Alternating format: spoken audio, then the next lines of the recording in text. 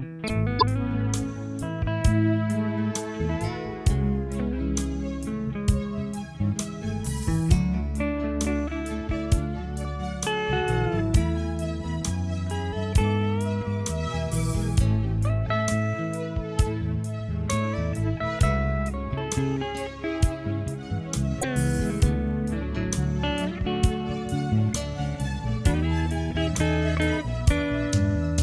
rồi giá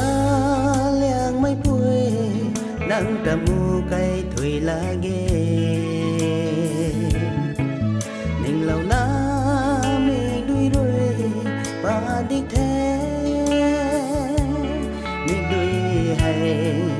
gen mấy khăn khăm mày khâu cả đi một lâu đó nắng gen liang mấy bụi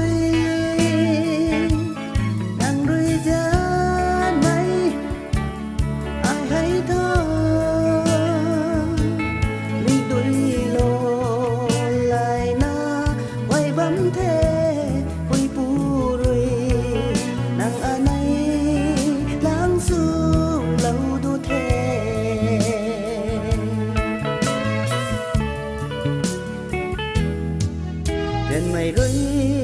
bụi pula kêu na tâm khăng xa quăng mày lùng rơi ninh mắt lên mày đi thế tại quan thọ dân mày lẽ khăm mày khâu cả đi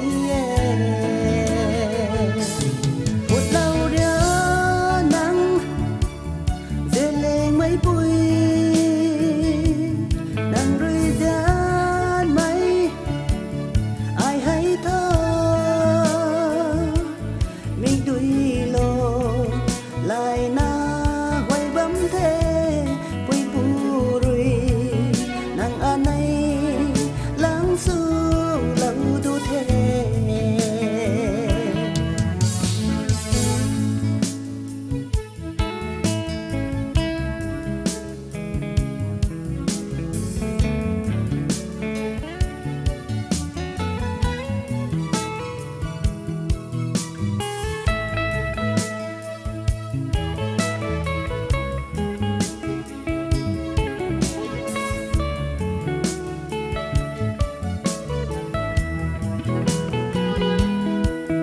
asai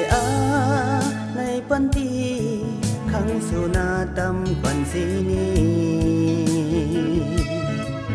dia lau mai